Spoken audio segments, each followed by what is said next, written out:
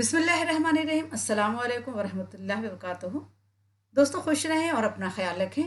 आपका हमारे channel first learning पर खैर मकदम है, इस्तकबाल है। मैंने उर्दू क्लास शुरू किया है जिसमें मैं आपको उर्दू ज़ीरो लेवल से सिखाऊंगी। बिल्कुल ज़ीरो लेवल से एडवांस लेवल तक पढ़ाऊंगी। अगर आपको उर्दू का अलिफ भी नहीं आता तो कोई बात नहीं, मैं आपको उर्दू बहुत अच्छे ढंग से सिखाऊंगी और इतनी तरतीबवार और इतने अच्छे ढंग से सिखाऊंगी कि आप उर्दू बहुत अच्छी तरह से सीख जाएंगे और बहुत जल्द सीख जाएंगे। मेरा ये दावा है कि अगर आप मेरे साथ अच्छे से पढ़ेंगे, जैसे जैसे मैं बताऊंगी उसको फॉलो करेंगे तो आप बहुत जल्द उर्दू सीख जाएंगे। और आप जो भी किताब पढ़ना चाहेंगे, आप गज़ल, नज़म, शायरी जो भी पढ़ना चाहेंगे, जो भी किताब को पढ़ना चाहेंगे, आप आराम से पढ़ पाएंगे। तो मैं आपको कुछ किताबों के नाम बता दूं। पहली वीडियो में भी मैंने आपको किताबों के नाम बताए थे। आज फिर बता देती हूँ कि आपको कौन कौन सी किताब ख़रीद के रख लेनी है। उसके बाद उर्दू की क्लास शुरू करनी है। तो उर्दू की क्लास तो शुरू हो चुकी है, पहली क्लास हो चुकी है। फिर से मैं आपको उर्दू की किताब के नाम बता देती हूँ। सबसे पहली किताब है उर्दू ज़ुबान का कायदा, जो खान साहब मौलवी मोहम्मद इस्माइल की है। आपको एक उर्दू ज़बान का कायदा ख़रीद कर रख लेना है। और ये जो कलर है, जो पेज का कलर है, ये बदल बदल कर आ रहा है। आपको ये ध्यान रखना है कि खान साहब मौलवी मोहम्मद इस्माइल की किताब हो। पहली किताब है उर्दू ज़बान का कायदा और किनकी किताब है? मौलवी मोहम्मद इस्माइल की किताब है। उसके बाद उर्दू ज़बान की पहली किताब है। उर्दू ज़बान की पहली किताब भी किसकी है? मौलवी मोहम्मद इस्माइल की है। सबसे पहले मैं आपको पढ़ाऊंगी उर्दू ज़बान का कायदा, उसके बाद मैं आपको पढ़ाऊंगी उर्दू ज़बान की पहली किताब। बिल्कुल तरतीबवार पढ़ाऊंगी ताकि आपको पढ़ने में आसानी हो और बहुत जल्द आप उर्दू सीख सकें। और ये है उर्दू ज़बान की दूसरी किताब। ये किसकी है? मौलवी मोहम्मद इस्माइल की है। तो आप जो भी किताब खरीदेंगे मौलवी मोहम्मद इस्माइल की खरीदेंगे। इनकी 5 किताब है। सबसे पहली किताब है उर्दू ज़बान की कायदा। उसके बाद उर्दू ज़बान की जो किताब है, पहली, दूसरी, तीसरी, चौथी और 5वीं। तो ये 5 किताब ये और एक उर्दू ज़बान का कायदा, 6 किताब आपको ख़रीद कर रख लेना है। या इसका PDF भी है, आप चाहें तो PDF भी डाउनलोड कर सकते हैं। तो ये है उर्दू ज़बान की दूसरी किताब। और ये है उर्दू ज़बान की तीसरी किताब जो मौलवी मोहम्मद इस्माइल की है। ये हुई उर्दू ज़बान की तीसरी किताब। और ये है उर्दू ज़बान की चौथी किताब। ठीक है, 4 किताब हो गई। और ये है उर्दू ज़बान की 5वीं किताब। तो आप पाँचों किताब खरीद कर रख लें। और एक है उर्दू ज़बान का कायदा। तो ये 6 किताब हो गई। अब 6 किताब खरीद कर रख लें या इसकी PDF डाउनलोड कर लें और एक एक करके जैसे मैं पढ़ा रही हूँ उसे पढ़ें अच्छी तरह से। आप बहुत जल्द उर्दू सीख जाएंगे। तो आइए अब आगे बढ़ती हूँ।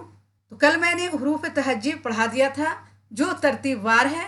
इसको क्या है, आपको अच्छी तरह से पढ़ना है, समझना है और याद कर लेना है।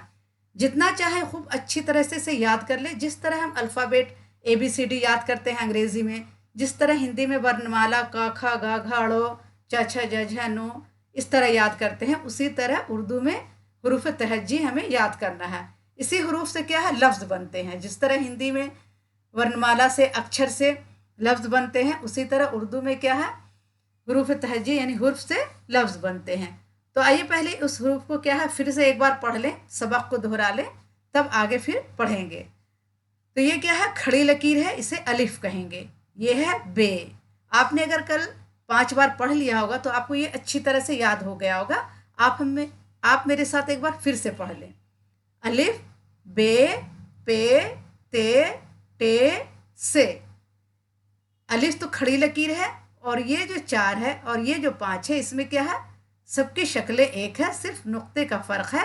बे के नीचे 1 नुक्ता है, पे के नीचे 3 नुक्ता है, ते के ऊपर 2 नुक्ते हैं, टे के ऊपर छोटा सा तो है और से के ऊपर 3 नुक्ते हैं। जीम, चे, हे, खे, इनकी भी शक्लें एक है, इसमें सिर्फ नुक्ते का फ़र्क है। जीम के पेट में 1 नुक्ता है, चे के पेट में 3 नुक्ता है, हे पर कुछ नहीं है, खे के ऊपर 1 नुक्ता है। दाल, डाल, जाल, इनकी शक्लें एक हैं, रे, ड़े, जे और झे। इसे झे या जे भी कह सकते हैं। इनकी शक्लें एक है, सिर्फ नुक्ते का फ़र्क है। सीन, शीन, स्वाद, जाद, तो, जो। सीन से क्या होता है, सरौता होता है। शीन से शलगम होता है। साद से क्या होता है, सरौता होता है। साद से सुराही होता है। ज़ाद, ज़ाद से क्या होता है, ज़ईफ़ होता है, तो ज़ो। ऐन, गैन, फे, काफ, काफ, गाफ, ये गाफ क्या है, गमला वाला गाफ है। लाम, लाम से लोटा, लाम को हिंदी में क्या बोलते हैं, लो। मीम, नून, वाव, हे, इसे दुचश्मी है कहते हैं, और ये भी है की शक्ल है, ये भी है की शक्ल है, और ये है लाम अलीफ, और ये हमज़ा की शक्ल है, ये जो ऐसे टेढ़ा सा है ये भी हमज़ा की शक्ल है, और ये है हमज़ा, ये छोटी है, ये बड़ी है। पिछली वीडियो में जो मैंने पढ़ाया था ये आपका सबक था, उम्मीद आपको अच्छी तरह से याद हो गया होगा। इसको मैंने हिंदी में पढ़ाया था, तो आइए आपको एक बार हिंदी में भी रिवीजन करवा देती हूँ। आइए एक बार हिंदी में भी आपको रिवीजन करवा देती हूँ। अलिफ आ की शक्ल है, ये अलिफ, और हिंदी में आ का काम करता है ये, ठीक है, अलिफ को आ बोलते हैं। बे, बो, इसे पढ़ेंगे बे, और हिंदी में बो। पे, पो, ते, तो। आपको हिंदी में इसलिए समझा दे रही हूँ कि आपको याद करने में आसानी होगी। अगर आपने पहली वीडियो में पढ़कर अच्छी तरह से याद नहीं किया है तो एक बार फिर से याद कर लिए हमारे साथ, तो एक बार फिर से हमारे साथ याद कर लीजिए, ताकि आपके जो हरूफ हैं, आपके जो लेटर्स हैं, वो अच्छी तरह आपको याद हो जाएं। ये है टे, टो, से, सो, जीम, जो, चे, चो, हे, हो, खे, ख, दाल, दो, डाल, डो, जाल, जो, ठीक है। रे, रो, रे, रो, जे, जो में एक नुक्ता लगा देंगे तो जगह जे। सीन, सो, मैंने आपको बताया था कि सो, ये जो सो है हिंदी में सिर्फ एक सो होता है, लेकिन हिंदी में क्या है, लेकिन उर्दू में इसकी 3 शक्ल होती है, सीन, साद, और ये से। जाद, जो, तो, तुए, तो, जो, जो, ऐन, अ, गैन, गो, फे, फो, ठीक है। काफ, को, काफ, को, काफ का इस्तेमाल को, जैसे हम लोग कलम लिखते हैं तो काफ लाम मीम कलम लिखेंगे, हिंदी में क ल मो कलम, लेकिन जिसे पता होता है कि इसका प्रोनाउंसिएशन क्या है, कलम पढ़ेंगे इसे कलम नहीं पढ़ेंगे, तो वो क्या है, समझ जाते हैं। इसलिए कहते हैं कि उर्दू पढ़ना बहुत ज़रूरी है। उर्दू से आपको सही प्रोनाउंसिएशन समझ में आती है कि किसे क्या पढ़ना है, किस लफ्ज़ को क्या पढ़ना है, कहाँ पे काफ का आवाज़ निकलेगा, कहाँ पे बड़ी काफ का आवाज़ निकलेगा, और कहाँ पे सीन का आवाज़ निकलेगा, कहाँ पे शीन का आवाज़ निकलेगा। तो ये जो आवाज़ है, ये जो तलफ़ुज़ है, इसे क्या है, उर्दू में पढ़ने में बड़ी आसानी होती है, और उर्दू में इसे अच्छी तरह समझा जा सकता है। इसीलिए जो बड़े बड़े वॉइस ओवर आर्टिस्ट होते हैं, या गायकार होते हैं, या बड़े बड़े कलाकार होते हैं, जो हीरो हीरोइन होते हैं, सारे लोग क्या उर्दू ज़रूर सीखते हैं, क्योंकि उर्दू ऐसी लैंग्वेज है जिससे क्या प्रोनाउंसिएशन सही बोली जाती है। तो गाना गाने के लिए या अच्छे डायलॉग बोलने के लिए उर्दू आना बहुत ज़रूरी है, क्योंकि हम एक एक हरूफ का तलफ़ुज़ जो है वो सही से अदा कर सकें, एक एक हरूफ को क्या, एक एक हरूफ को सही से बोल सकें। गो, गाफ, लाम, लो, मीम, मू। तो इस तरह हम आप समझ जाएंगे कि मीम क्या है, मुँह की शक्ल है, नून, नो, वाव, वो। अब वो क्या है, 2 तरह के होते हैं, एक वो यहाँ जिसका पेट कटा होता है, ये बे की शक्ल, जो बे से हम कोई हरूफ लिखते हैं तो ये वो वाला काम आएगा, और अगर हम व से कुछ लिखते हैं तो ये वो आएगा, वो ये वाला। हे, दुचश्मी है के लिए भी ये वाला हो इस्तेमाल होगा। हमज़ा के लिए ओ, छोटी ये के लिए य, और बड़ी ये के लिए भी ये। ठीक है, आपको समझ में आ गया होगा। जब मैं आपको आगे पढ़ाऊँगी कि कहाँ पर, जैसे यहाँ पर गैन है तो गैन का इस्तेमाल कहाँ पे होगा, गमला लिख देते हैं तो गमला को हम गमला नहीं पढ़ेंगे, ठीक है, गमला को हम गमला ही पढ़ेंगे। लेकिन गैन की आवाज़ से भी बहुत सारी चीज़ होती है, जैसे गरीब, तो गैन से हम गरीब लिखते हैं, और गो से भी हम गरीब लिखेंगे। तो हम गौ से जब गरीब लिखेंगे तो उसे गरीब नहीं पढ़ेंगे, गरीब पढ़ेंगे, गैन से गरीब होता है। तो यहाँ पे हम गो से जब गरीब लिखेंगे तो गरीब पढ़ेंगे, और जब गमला लिखेंगे तो फिर हम गमला पढ़ेंगे, गमला नहीं पढ़ेंगे। जब आप उर्दू पढ़ेंगे तो ये सारी बातें आपके समझ में आ जाएगी कि कौन से हरूफ की अदायगी कैसी होगी, कौन से हरूफ की आवाज़ कैसे निकलेगी। ये मैंने आपको अलिफ से ये तक पढ़ा दिया, ये बिल्कुल तरतीबवार है, यानी सजा हुआ है। आपको इसी तरह से याद करना है कि अलिफ के बाद क्या होगा, बे, और बे के बाद पे के बाद ते के बाद टे के बाद से। आपको इस तरह से खूब अच्छी तरह से याद कर लेना है। अब आइए आगे अगली सबक देखते हैं। आज का जो आपका सबक है वो है हुरूफ बेतरतीब। यानी यहाँ पर तो हुरूफ सजा कर लिखा हुआ था, लेकिन यहाँ पे हुरूफ क्या बेतरतीब है, यानी आगे पीछे करके लिख दिया गया है। और आपको ये पहचानना है कि ये कौन सा हुरूफ है। अब आप देखिए इसे पहचानिए कि ये क्या है। अगर आपने कल 5 बार पढ़ा होगा पिछले वीडियो में, तो आपको ज़रूर याद होगा कि ये क्या है। ये क्या है? काफ। ये क्या है? लाम। ये क्या है? दिमाग पे जोर डालिए। ये है साद। दिमाग पे जोर डालिए। ये क्या है? नून। ये छोटी ये है। ये चे। ये क्या है? ऐन। ये क्या है? पे। पे कौन सा है? पतंग वाला पे, जो पो होता है। पो से पतंग, पे से पतंग। ये क्या है? मीम। मीम से क्या है? माल। मीम से क्या है? मेरा। खे। ये क्या है? खे। खे पर क्या होता है? नुक्ता होता है। और अगर इस पर नुक्ता नहीं होगा तो ये हे कहलाएगा। ये नुक्ता है तो इसे क्या कहेंगे? खे। ये क्या है? वाव। ये क्या है? जाल। ठीक है। शीन। ये क्या है? बड़ी शीन है जिसे हम शलजम लिखते हैं। ये फे। फे से फकीर, जो हम फो बोलते हैं। हिंदी में फो बोलते हैं और उर्दू में फे। ये क्या है? खड़ी लकीर। जल्दी याद कीजिए। ये क्या है? ये है लीफ। टे। टे से टमाटर। जाद। जाद से ज़ईफ। ये क्या है? ते। ते के ऊपर 2 नुक्ता होता है। ये क्या है? हमजा। ये क्या है? गैन। और ये हे। ठीक है।